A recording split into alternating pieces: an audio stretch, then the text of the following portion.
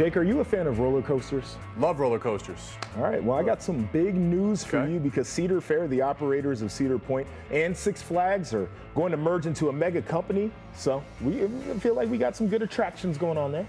You know, this Cedar Point is reaching down to pick Six Flags up because Cedar Point is way up here and Six Flags is kind of way down there. Let's talk about it then, because you got the Six Flags Great America. People over here, some parts of the Midwest say that they love that. You and I from Ohio, we know Cedar Point. We love Cedar Point. How close is it? It's not really close, and I won't fault you if you're a Six Flags person, because all that tells me is you just haven't been to Cedar Point yet, quite frankly. They're in a different stratosphere.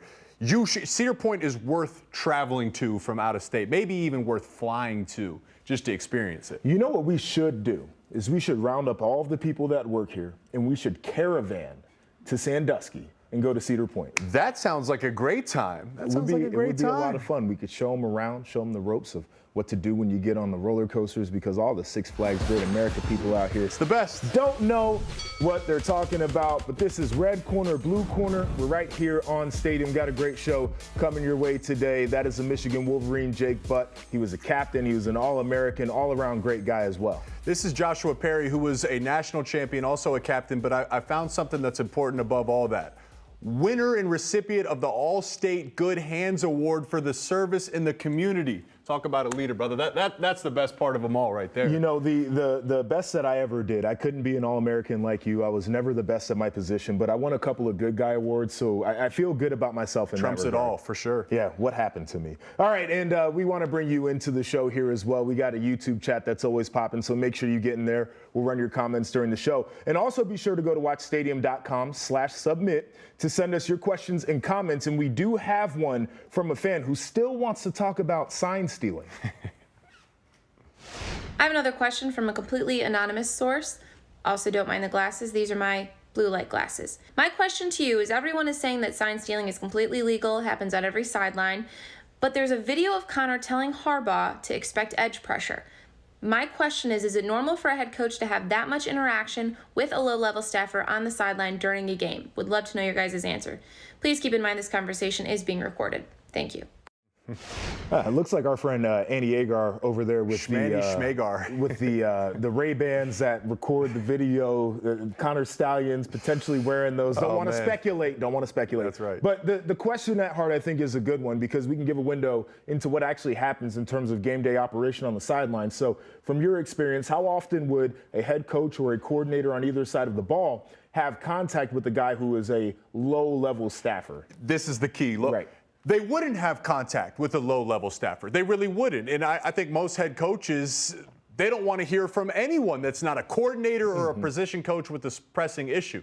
So this is what I'm saying here. Low-level staffer does not apply to Connor Stallions because of the value that he brought to the program. Knowingly or unknowingly for Coach Harbaugh, they felt that he had information so valuable that he should have direct contact with the play callers and the head coach. Most low-level staffers, you stand behind the bench, you don't even get near the coaches. Right. But Connor Stallions, though maybe a low-level staffer and paid like one, was not a low-level staffer. Yeah, I mean, I think it's odd. Like, we can call this an odd situation because a guy who's making $55,000 is, you know, reportedly supposed to be working in recruiting, wouldn't really have any interaction with anybody on game day. That person might be sitting in the booth somewhere. That person would also be on the sideline, would not have a headset. It doesn't look like Connor Stallions had a microphone, but certainly he could hear communication that was going on from somebody. Regardless of all of that, I think Jake is onto something here.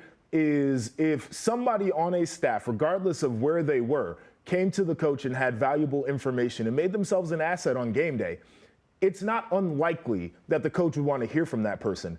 It's just weird because we do not see it very often, and I think it is a huge red flag to a lot of people. So I understand how this goes. From my experience, Urban Meyer was a guy who was like, don't talk to me, and if you talk to me, I'll ruin your life. Like, I will fire you.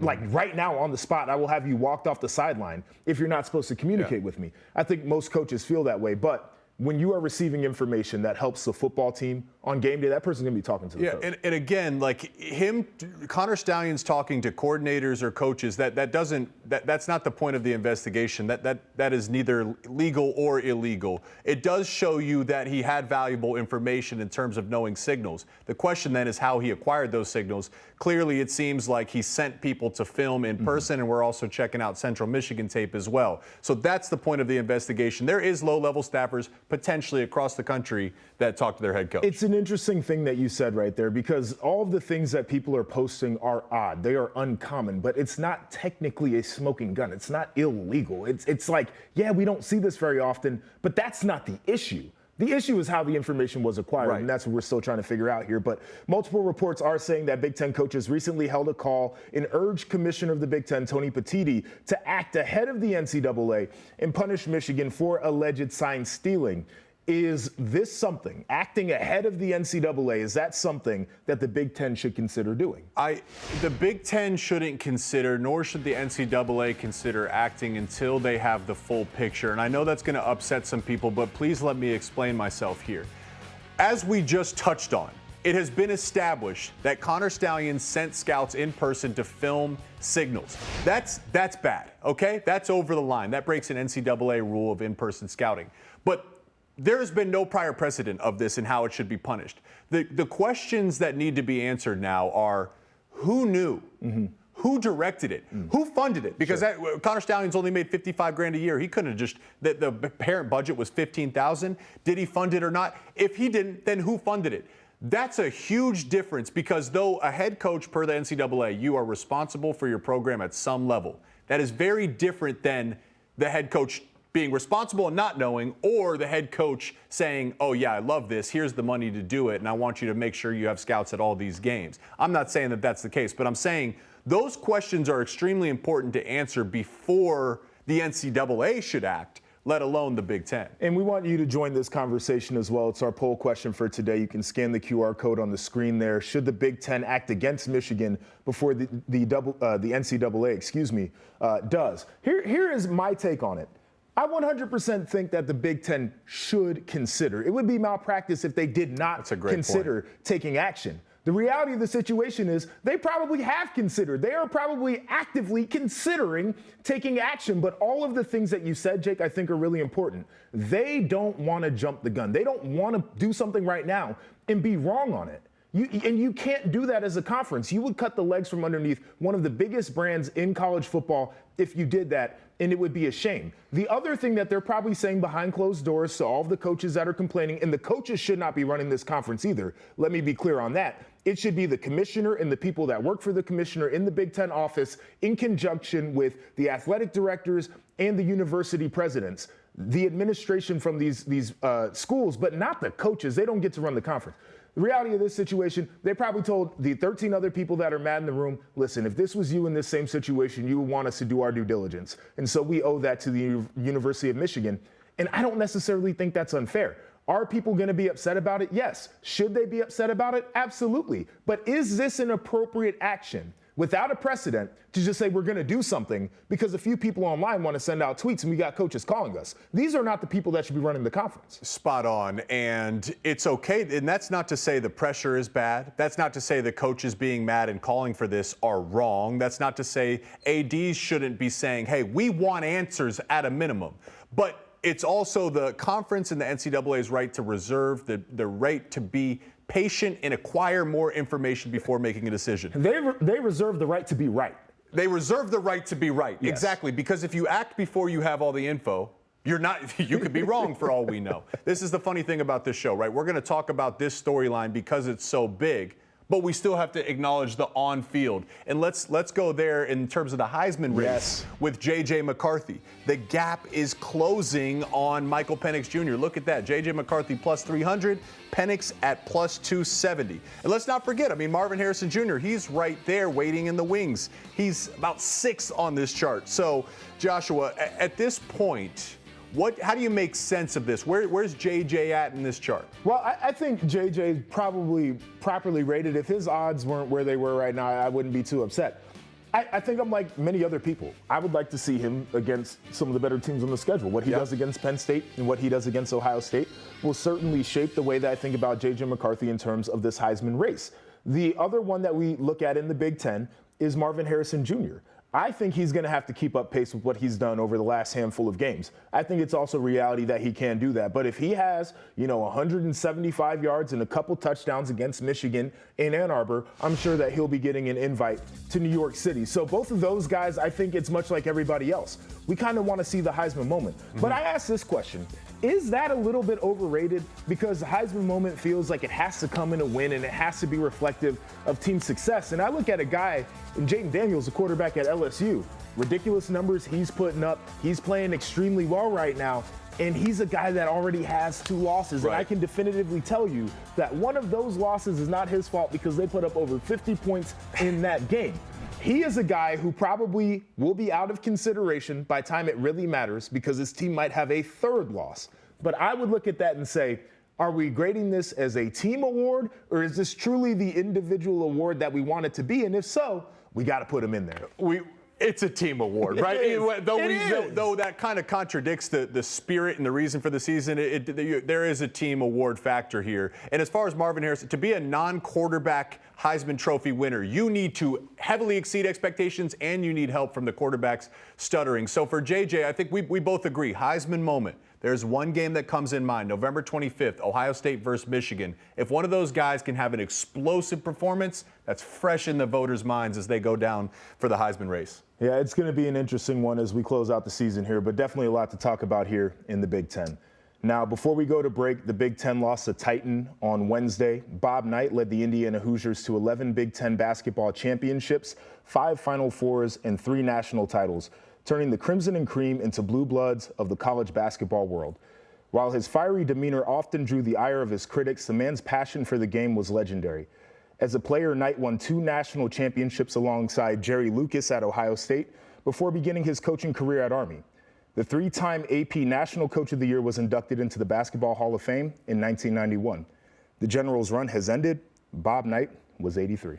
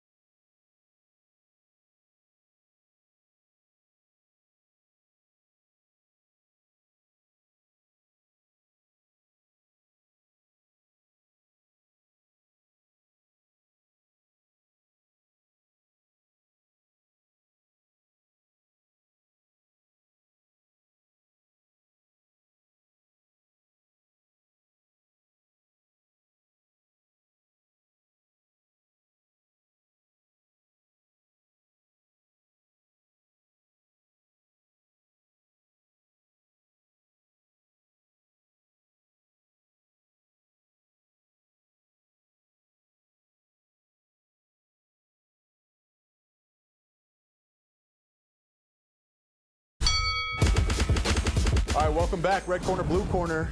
Penn State is less than 10 days away from their big date with Michigan. But first, they have to get through Maryland this week. And even though they're coming off a win last week against Indiana, James Franklin doesn't want to hear any of the doubt. There's teams that are ranked the number 1, number 2, number 3 team in the country, and they struggle to get a win. And no one kind of talks about that. But when we struggle to get a win or it's not as pretty, then everybody is overly concerned, in my opinion. It's a long season. You're not going to dominate every single week. You got to find ways to win. All right, Joshua. Does James Franklin have a point? All right, let's break this down here. Who's number 1, 2, and 3, right? So we got Ohio State, we got Georgia, we got Michigan. Has Ohio State struggled to win against a team like Indiana? Right, because Notre Dame not like that. Notre Dame was a struggle, right? But that's a good football team, right? You at times struggled against Penn State, who I do believe is a good football team. They have not struggled the way that Penn State did a week ago. Let's look at Georgia. I called them out after they played Auburn. I certainly think that they did struggle in that game. The rest of them, they haven't struggled the same way Penn State has, and Michigan hasn't struggled with any damn body all year long. So, James Franklin, I think you're wrong on this. Like, when you do not play well, I think it is the job of people who cover your team to ask the question why, and to criticize at times, and to hope for better outcomes, or for answers at least. And so, like, yeah, it's annoying. I get it. Like, I played football in a place where if you did not win good enough, they wrote about it in the Columbus Dispatch on Sundays. Yep. That happened. I mean, that's the job. You got to get used to that. That's why you get paid what you get paid to be the head coach of Penn State or Ohio State or Michigan, because the standard's so high. He almost answered his own question in there, and he should have stuck with it. Guys, it's a long season. It is a long season. So when you focus on just a drop or two in the rankings, you're taking energy away from something that would allow you to rise in the rankings, which is improve your on-field performance, specifically on the offensive side of the football. You cannot be worried externally. For James Franklin right now, as we mentioned, you got 10 days before you play Michigan. You can silence all this and correct it all if you beat Michigan, if you handle business this weekend. That's it. That's what it comes down to, is if you get the win, nobody's talking. Okay, well, Penn State, Michigan, that's coming up. But we all know the granddaddy, not the granddaddy of them all, that's a Rose Bowl. But we know the deal. We're on the clock, 23 days away from Ohio State, Michigan. Cannot wait for that one to go down. It's gonna be a doozy. That's going to be juicy. But before we get there, let's hand it off to our host of Live on the Line, Brad Evans, for our first pick of the week.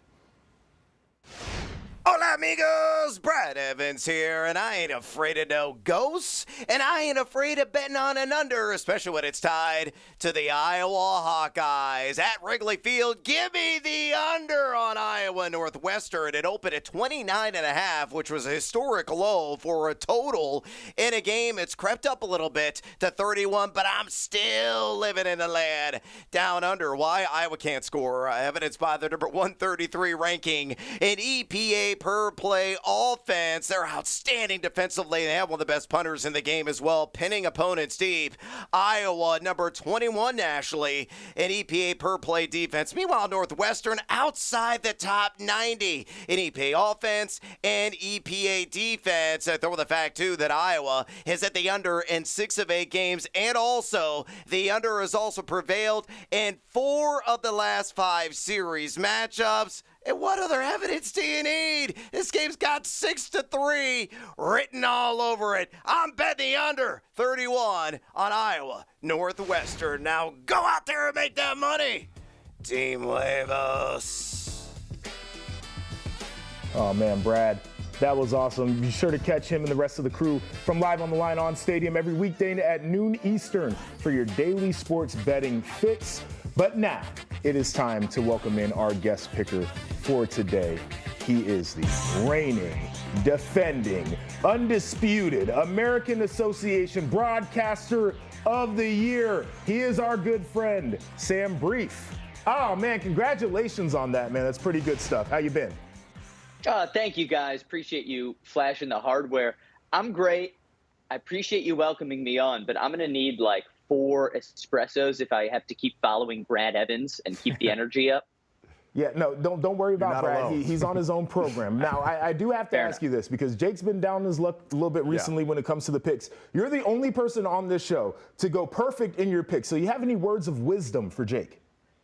Jake, listen, you just got to trust yourself. I mean, you played Big Ten football. You have felt the grass. You have smelled the energy of Big Ten football. Just embody it. Try to be it. Try to trust yourself. You are Jake Butt. So be the picks, and then you can master the picks. Take a hint from me. Hey, Sam, that's the juice I needed. I'm going 5-0 this week. That's the juice I needed. I've never been more confident. All right. We'll Unless see. you're picking against Northwestern, then you won't go 5-0. All right, here we go. Let's not jump the gun here. We got to talk about these picks. So our first game on the slate here this week, got the #1 Ohio State Buckeyes. They are traveling to Piscataway to take on Rutgers. Sam Brief, what's your pick? Yeah, I can't pick against Ohio State here. I mean, Rutgers, this is a better team than we're used to. You know, Ohio State is 9-0 all time against Rutgers. It goes to 10-0 this week. Give me the Buckeyes. Yeah, I will be interested to see McCord and the Ohio State offense against a really good Rutgers defense. I don't think it'll be much interesting to watch Ohio State's defense versus Rutgers offense. I think Ohio State rolls. Yeah, this is a win for Ohio State. I agree with you. Rutgers has played well defensively. I think Ohio State's defense, though, has been the story, and I don't know how much Rutgers is going to be able to move the football. So maybe not too many points in this one, but an Ohio State win. All right, so now we got our second game. We've got Purdue. They're traveling to take on Michigan, #3 team in all of America. Who do you have? I can't pick against Michigan here. It's a layup. I mean, J.J. McCarthy has been incredibly efficient. You know, he's 19 of 20 this year when passing on 3rd and 7+ yards. Wow. That's ridiculous. Michigan's too good. They win this by at least 20. Yeah, JJ's been extremely efficient, and I think this is another data point because the news we've been following broke, and they handled business versus Michigan State. Now they're coming off a bye. I want to see the way the team takes the field. How are they handling all this external news? I think they handle it well. I think they roll a victory. Michigan wins by 60. Yeah. They're going to win by 60. Yeah. And I'm not trying to be nasty toward Purdue. I just think Michigan's playing that type of ball right now. All right, we're going to take it out of the Big Ten for this matchup. We got #12 Missouri. They're taking on #2 Georgia. This is going to be a huge matchup down there in the SEC. Sam Brief, where are you going with this one? Oh, I so badly want to pick Mizzou here, but this game's at Georgia. If it's at Mizzou, maybe a little different story, but you're not winning between the hedges against this Georgia team. Maybe a little chip on their shoulder after getting ranked #2. So give me the Bulldogs, but I want the Tigers. I'm with you. I want the Tigers too. This was an interesting game last year, but man, Kirby Smart, you just don't give him too much ammo. He's #2. They're the back-to-back champs. I think they roll, and they just kind of solidify that they think they're the best team in the country this weekend. Yeah, I mean, I talked myself into every reason why Missouri was going to pull off the upset. It was a close game a year ago. I think this is a chippy team that maybe isn't getting talked about the way that they want to. They got one of the best wide receivers in the country, and then I look over and I say, okay, Georgia's playing at home. Georgia's definitely going to win this one, but it certainly will be a fun game in my eyes. We've got #11, Penn State. They're traveling to Maryland. Penn State been a little bit iffy the last couple of weeks. Maryland also very iffy. Who's going to be the victor? You allude to Maryland being iffy, and yeah, Penn State hasn't been playing at their peak recently, but the reason I'm picking Penn State is more because of Maryland. They've lost 3 in a row. They've turned the ball over like crazy, and they've been one of the most inefficient teams in the nation. So I go the Nittany Lions just because Maryland has been off. I also think Penn State was a little sleepy last week, but I think they were able to survive a scare. That's a wake-up call. Penn State rolls this weekend. Yeah, and Penn State is a team that I think isn't going to make too many mistakes, whereas Maryland has continued to hurt themselves this year. I think Penn State gets the victory. And then finally, the one we've all been waiting for, we got Iowa taking on Northwestern. This one's going down at Wrigley. Sam Brief, give it to us. So here's the thing about Northwestern. They are Chicago's Big Ten team. It's printed everywhere. This game's in Chicago. It's at Wrigley Field. Northwestern's 0-2 at Wrigley Field. They got to get the monkey off their back. Cats are playing well with a big win against Maryland last week. I love Brendan Sullivan, two-way threat quarterback. I go Cats in what's been a very distracting week for Iowa. The last thing you want to do against Iowa is throw the ball. Well, that's how Northwestern wins. Cooper DeJean is going to take advantage of it. The way you beat Iowa offensively is by stopping the run. Northwestern struggles to do that. I actually think I'm done picking against Iowa. I told you I'm picking the Hawkeyes. Yeah, I'm going with Northwestern on this one. This is going to be the big difference for us. Me and Sam are on the same page when it comes to that. Our guy, Sam Brief, we appreciate you joining us here on Red Corner, Blue Corner. There are the picks. Can Jake go 5-0? Probably not. We'll see you next week right here on Red Corner, Blue Corner. Take care.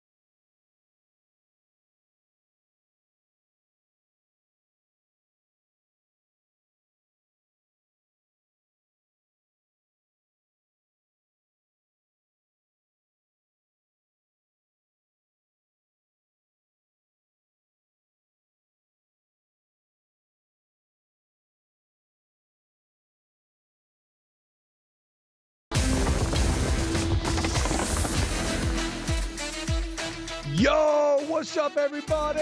Shout out to the Red Corner, Blue Corner boys. But right now, it's time to talk about the best conference in all of college football. Of course, I'm talking about the SEC, where it just means more. And it just means that I'm going to have to educate some of y'all out there. First, I am TBob A-Bear. He is SEC Mike, host of That SEC Podcast, the highest rated SEC podcast out there. Mike, what's happening today, bro? How we feeling? Oh, feeling great. One day closer to this epic clashes here we got this weekend in the SEC. I'm dying for these games. Yeah, I'm dying too. You know what else is dying? Alabama's empire. More on that throughout today and tomorrow when I get ready to crap all over A.J. McCarron as well. Because guess what? It's turkey season, Mike, and your boy's hungry. And you know what I want? Bama flesh. Nothing is sweeter than the flesh of a sad, tear-filled, decaying empire, and that's exactly what you got with the Alabama Crimson Tide, because like I've been telling Alabama fans all day long, you will all die without ever experiencing the heights that you've occupied for the last 15 years. Understand that. Recognize that. And when you're taking your last breath on this beautiful green earth of ours, I want you to see this face staring at you and laughing at you because you spent your whole rest of your pitiful, miserable little life just wishing that you could get back to the success that Nick Saban once brought you. All right. Before we get into the SEC, though, Mike, wouldn't you know it? Some people unhappy with some of my takes on our college football power hour yesterday, and it's the most smooth-brained of all. It's the anti-Washington people. So we put a TikTok out there. Here's what Jackson had to say. Washington's offense is worthy, but I don't know about anything else. This is literally what everybody said before the Oregon game, Jackson. And what was the difference? What was the difference? Oregon's defense better. Or no, Washington's defense was the difference. They came up with the fourth down stops. They're the ones who gave the ball back to Michael Penix to go out there and win the game. So get the hell out of here. Miles says Washington isn't good. Okay, Washington isn't good, and yet we're talking about an undefeated team that has the best single win in all of the CFP, according to the CFP. Look at where one-loss Oregon ranks. And you're talking about a team that went 11-2 last season, is 8-0 this year, and has the best receiving core, maybe the best quarterback in the entire country. And then we finally get to my guy, Beach Bum, who's got me real fired up today, Mike. Washington lost to ASU if the correct call was made on the PI. Facts, they ain't that good. Hey, Beach Bum, if ifs and buts were candy and nuts, we'd all have a happy Christmas, okay? But they ain't. So get on your knees and suck on these, because I don't care about hypotheticals. Where does it end? I care about actual games. If Oregon got the fourth down, they would have won. If Jalen Milroe was good, Alabama would have beaten Texas. If Nick Saban was actually the spawn of Satan and he using his infernal and demonic powers to gain an undue advantage over normal humanity, then he should be banned. Look, where do the hypotheticals end, bum? Get the hell out of here. The bottom line is Washington's undefeated with the best win in the conference that has more ranked teams than any other one when you're talking about the Pac-12. Out of here. Out of here. And you know what's sad, Mike? You probably don't think Washington's good either. You probably agree with them. They remind me of Tennessee last year. All offense, no defense. They're going to get caught at some point in time. They'll probably give up 63 to some bum team like Tennessee did to them South Carolina Gamecocks. Yes, I'm still scarred by that game, just like Washington's going to get scarred here in November. Wait, but doesn't it make you feel better that it was really just Connor Stallions feeding your signals to South Carolina? That's the only reason why you lost? It was the military man himself, James Bond of college football? Asterisk. That was an asterisk. That should be voided. Tennessee should go. We should have to retroactively play the last college football playoff, because I think Tennessee would have given all those teams a much better game than old TCU.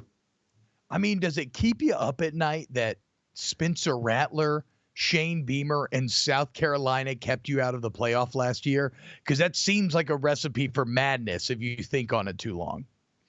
Yeah, of course. Not only did they keep them out, TBob, they scored not of the first 10 possessions, they scored touchdowns on 9. How does that happen when they have a pathetic offense the week before against Florida? It had to have something to do with these signs stealing thieves up there in Michigan. It had to have. All right, Mike, let's get into some of your thoughts on the college football playoff rankings. Then we'll get into a pair of struggling defenses going to be on display this weekend in the SEC. I'll start very general. Give me your single biggest takeaway from the committee. Georgia. I don't understand. Again, I know we're SEC homers on this show, but what has Georgia done to get that number 2 ranking?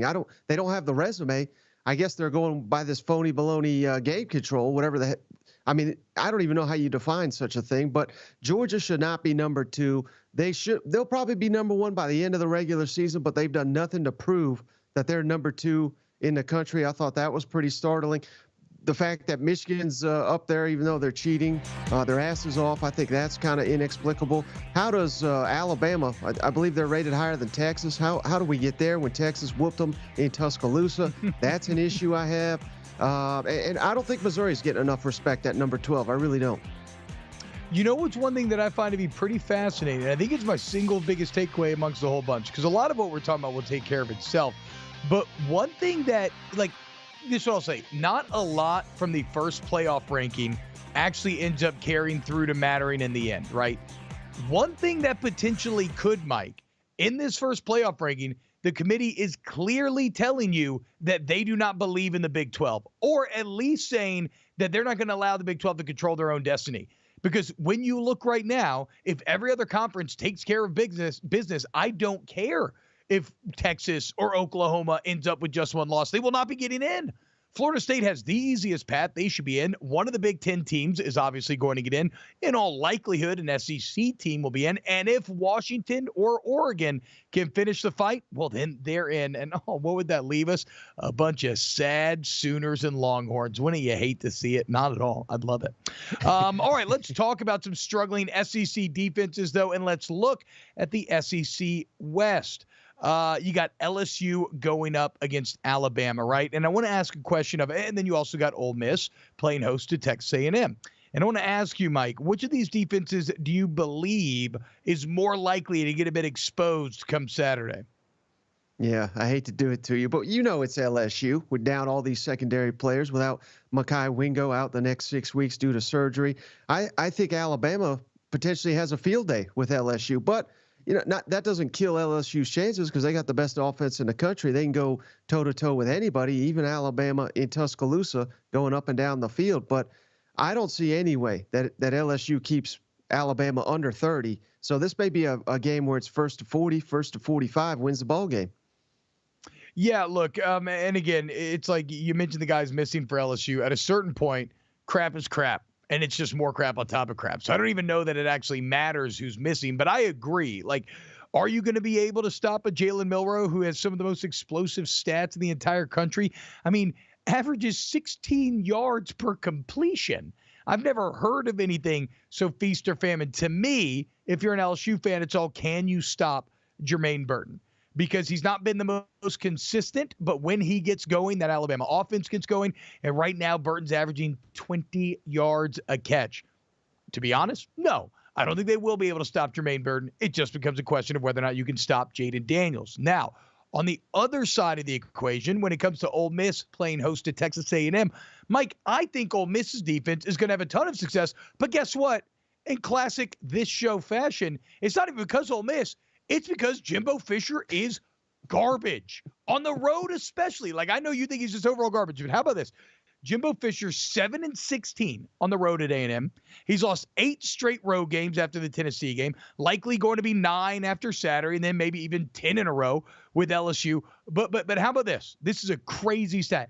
Jimbo Fisher has failed to score 30 or more points in 58% of all road games he's coached in his career. If we enhance and just look at Texas A&M, he has failed to score 30 80% of the time. He's just awful on the road, especially offensively. So it's a perfect get-right game for an Ole Miss defense that's already actually playing a little salty as of late. Yeah, any opportunity you're going to give me to jump on Jimbo, I'm going to do it, TBob. He has not won a road game against a ranked team since 2016. And, oh, yeah, by the way, he wasn't even coached down there at Texas A&M going back that far. So no shot. I'm right there with you. Ole Miss, I think they could be frauds on defense, but it ain't going to be this weekend against Jimbo's pathetic offense. Give me Ole Miss win big in this one, I think. And they may blow a tire out when they play Georgia in 2 weeks, Ole Miss that is, but it ain't going to be this weekend. No, and so I think Ole Miss survives. We'll see what ends up happening. As far as LSU, Alabama, you'll have to stick around for tomorrow to get those final game predictions. Just know that your boy's feeling a little confident the closer that we get. Coming up next here on Rivals Down South, it's that time of year. Turkey season's championship season. It's also bloodletting season. And there's quite a few fan bases that are thirsty for violence. Also, Dabo Swinney, a good fit in the SEC. There's one place that might make a little bit of sense. Next, here on Rivals Down South.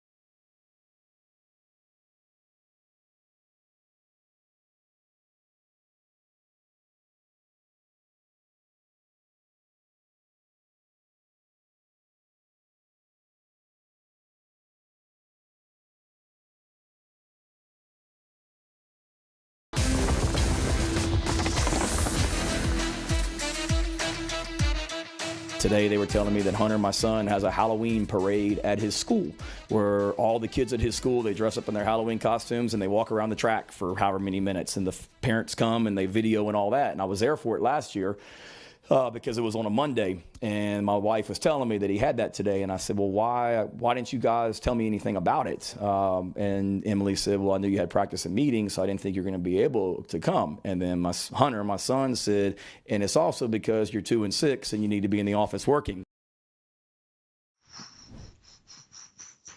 I mean, what the hell, Hunter? I mean, I'm sure you live in a pretty damn nice house. I know your pops maybe struggle a little bit, but what, he doesn't provide? That may makes millions of dollars. I'm sure you're living pretty fat and happy up there in Columbia. That is Shane Beamer on some of the travails of being an SEC head football coach. And it does beg the question right now. You look, it's been after winning the offseason, he was the Ted Lasso of the SEC, Mike. Everybody loves Shane Beamer coming into the year. And, well, it's all kind of fallen apart. He's now kicking things, breaking his feet, and the South Carolina fans are deeply unhappy, apparently including his own son. You have Sam Pittman in Arkansas. I'm surprised his son didn't tell him to go out there and recruit some offensive linemen to protect his quarterback, because that would have helped. Look, we'll go let you know. Okay, look, here's the deal. There's a lot of fan bases that want their coach out. I kind of want to go team by team here. And I want to see who's being a bit too bloodthirsty and who's well within reason. And let's start right there then with Shane Beamer at South Carolina. Yeah, Spencer Rattler's been great this year. The transfer portal hurt him this offseason, losing guys like Birch and company, like Jaheim Bell. And you look, I mean, losing that Florida game in the manner that you did, you'd be hard pressed to find a worse year for South Carolina. Should Shane Beamer be in trouble? No, and it's easy to make fun of him, all these stupid things he does and the things he says. We call him the blame train now. He blames everybody but himself. But I'm not putting this all on Shane Beamer. I think it's a little premature. Now, he loses to Jacksonville State this weekend. I may change my tune. Yeah, and look, I mean, this is the deal. If you're I don't know what South Carolina fans want. You're talking about one of the most inept franchises in college football history, not just SEC history. I mean, before Steve Spurrier got there, I want to say South Carolina had won 10 games, maybe 2 seasons, and that's like 100 years of playing football. And now you're in the NIL era, and reportedly they're like maybe dead last in the SEC. It's going to be tough. So I think you got to ride this out with Beamer. He'll get it fixed, and he'll be better. You're never going to win championships in South Carolina, but he'll be better, I believe, than he has been this year. Next on the list, you've already seen some blood flow in Fayetteville in the form of Dan Enos, the OC. What about Sam Pittman, a man who was beloved just a couple of years ago after rescuing the Hogs from winless seasons in the SEC, now looking like they might be done with their guy? I say give them another chance. Now, if we lose out, we lose to FIU, we lose to some of these teams, Auburn at home. I don't think Auburn's that good. Maybe I'll change my tune. But players like Rocket Sanders, who's banged up, he's getting everything he can so he could play this Saturday. Rocket Sanders is going to be playing in the NFL in a couple months. He could have canceled out on the season. These players are still fighting hard for Sam Pittman. He's won big in one of the toughest jobs in the country. I'm not ready to fire Sam Pittman. I'm there with you on Pittman. Again, Arkansas is a weird question of expectation.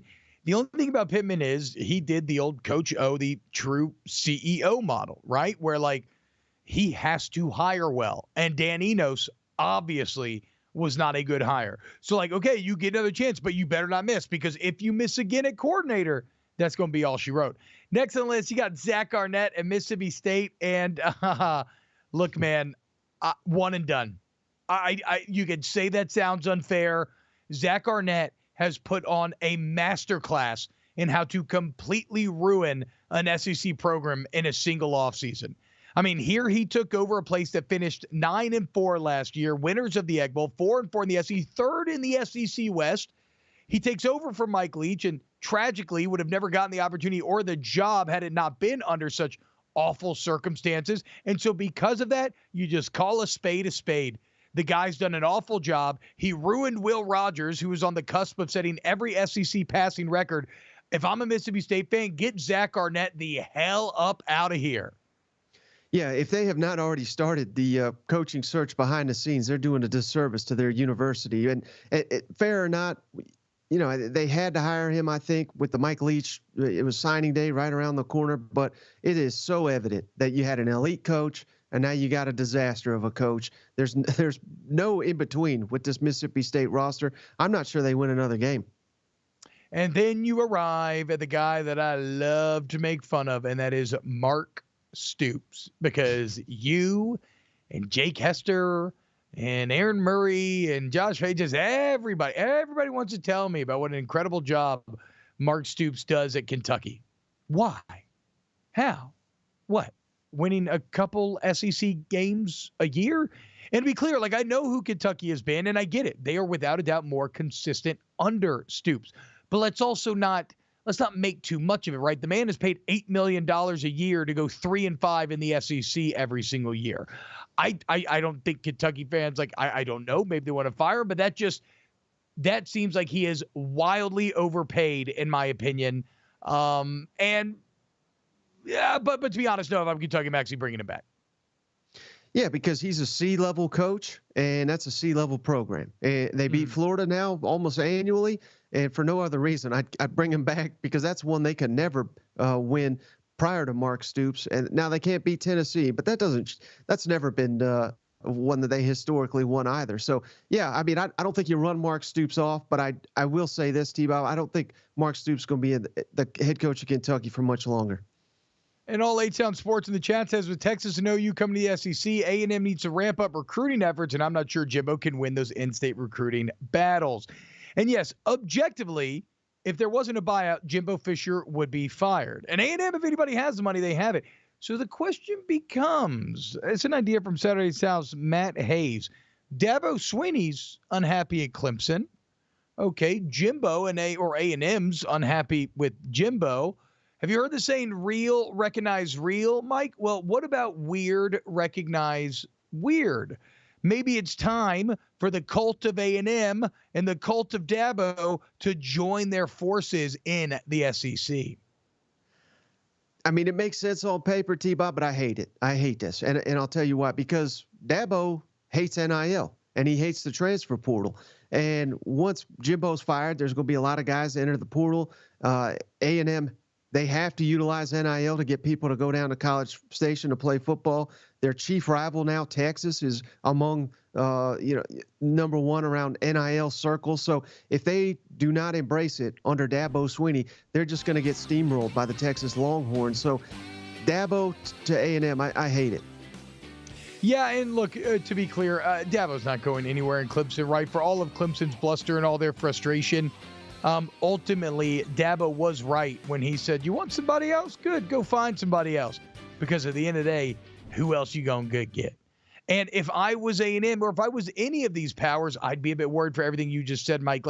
That's the other part about Dabo's rant. It didn't look like he's backing off his NIL stance. He just said, look, I'm the man. I'm going to run this program how I see fit. And we'll find out whether or not that's right into the ground. Coming up next, we got a little wardrobe malfunction, only this time it's with Billy Napier. Keep it locked right here on Rivals Down South.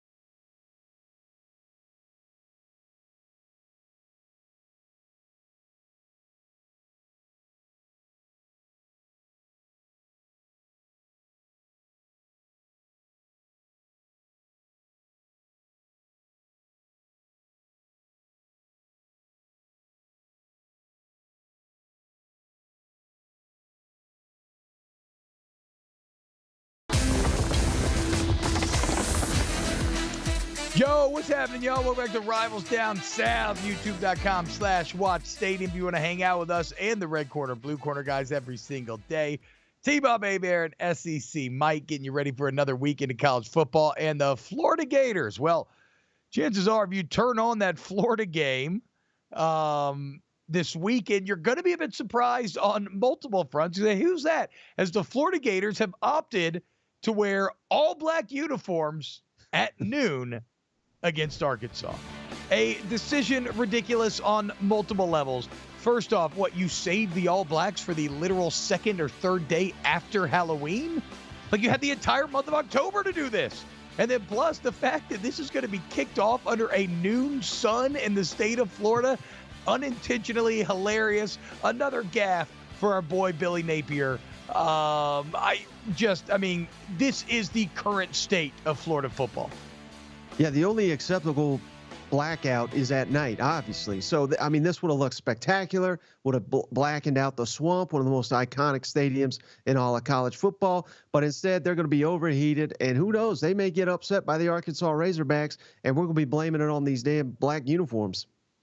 Mike, I got to say this, dude. If we're talking about our favorite uniforms in the SEC, first off, I'm a big fan of Tennessee. I love the orange and white checkerboards, and I love Kentucky. And you know why? Because they're two uniforms that feel so medieval. And have you ever thought about this, Mike? Something that I feel very passionately about. What else is a giant SEC game day, if not a medieval tournament day, right? I mean, think about it. Everybody shows up. Everybody descends from their local villages onto the big city where they're going to hold the joust. And there's exotic smells floating through the air and exotic sounds. And there's this weird group of other people who wear different colors and they sing different songs and they pledge allegiance to different lords. And there's anticipation and there's buildup and there's people selling goods and eating goods and drinking and merriment. And then at the end of the day, Mike, what do we get? We get the clash, the joust, the battle for supremacy. And that's exactly what's going down in T-Town this week. We'll break it all down the rest of the week. See you tomorrow. He's SEC Mike. I'm TBob A-Bear. This is Rivals Down South.